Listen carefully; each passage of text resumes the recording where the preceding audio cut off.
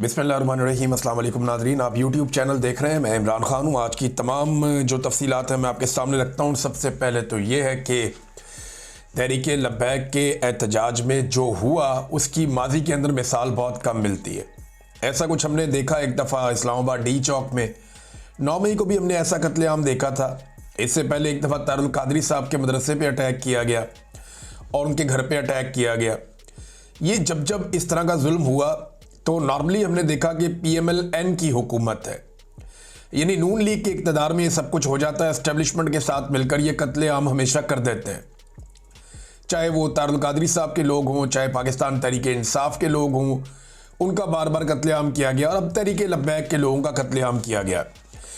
ये सारा कुछ जिस तरीके से हुआ है, जब हालात वाक़यात हम देखते हैं और तहरीक लब्बैक की जो बाकी बची हुई क़यादत है उनसे रब्ता करते हैं तो पता चल रहा है कि ये उन्हें ट्रैप किया गया है और ये सारा कुछ हुआ तहरीक लब्बैक को ख़त्म करने के लिए है।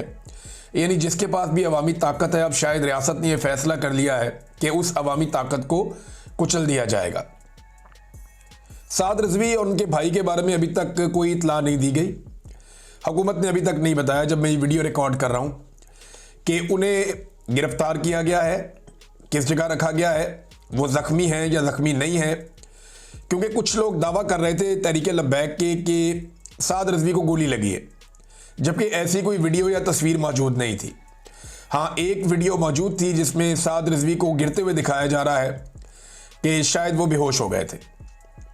और लेकिन पाकिस्तान तहरीक लब्बैक के जो लोग हैं वो ये दावा कर रहे हैं, तहरीक लब्बैक पाकिस्तान के, कि साद रिजवी को भी गोली लगी, उनका भाई भी ज़ख्मी हुआ है।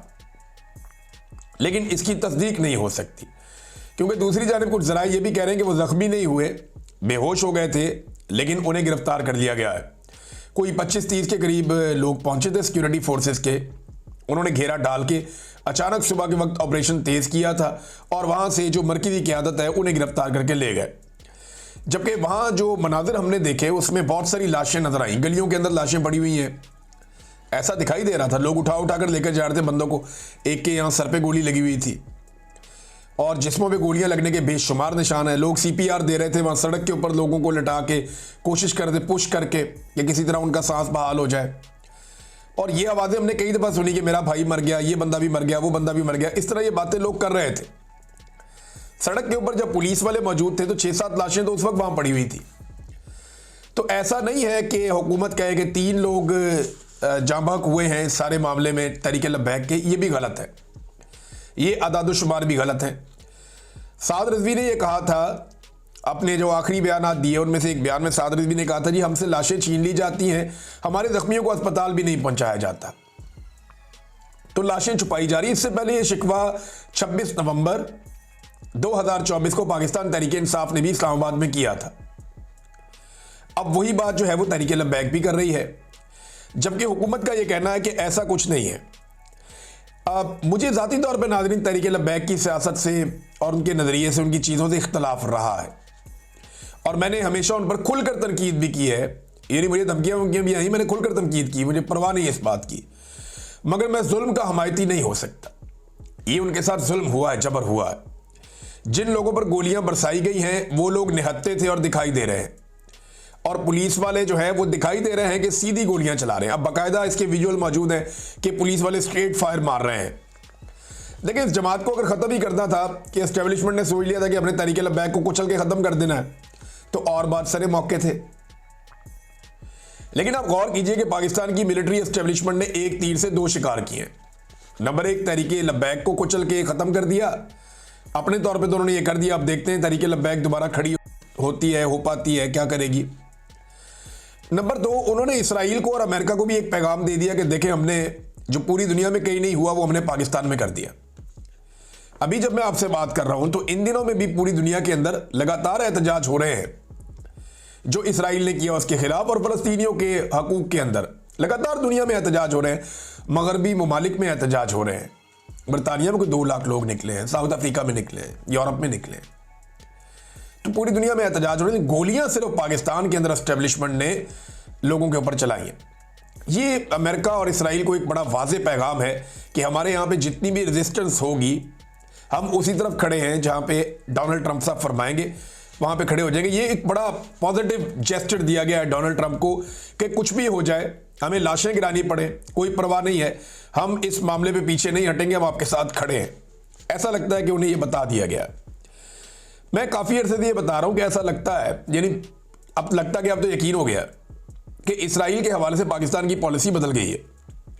पूरी दुनिया में कहीं एहतजाज करने वालों को इस तरह गोलियां नहीं मारी गई जैसे पाकिस्तान में मारी गई हैं।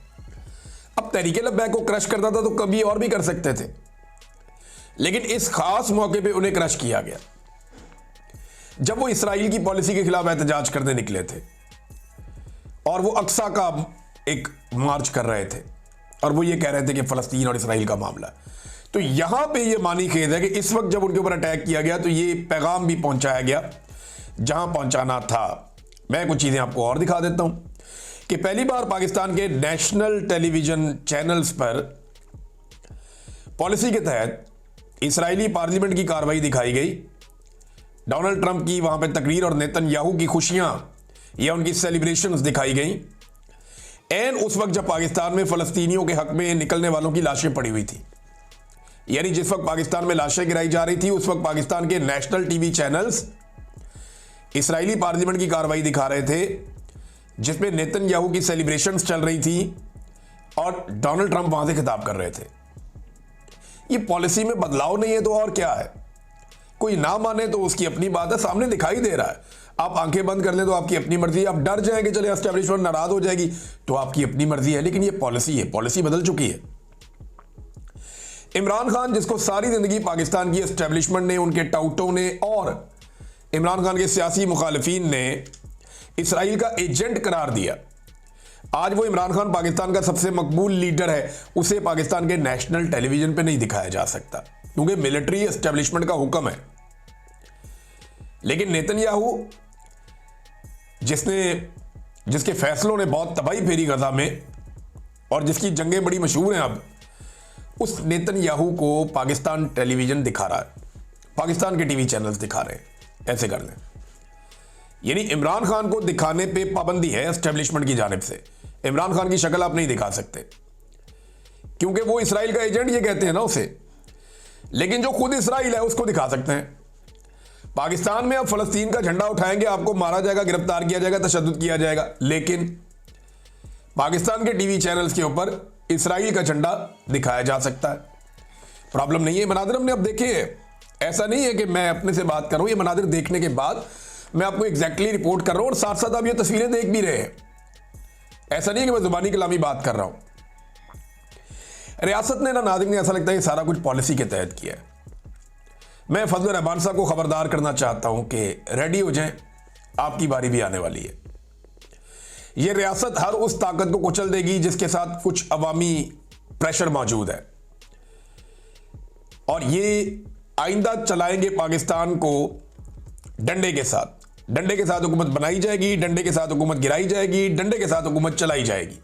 अब तक के लिए इतनी, अपना ख्याल रखिएगा, अपने चैनल का भी। अल्लाह हाफ़िज़।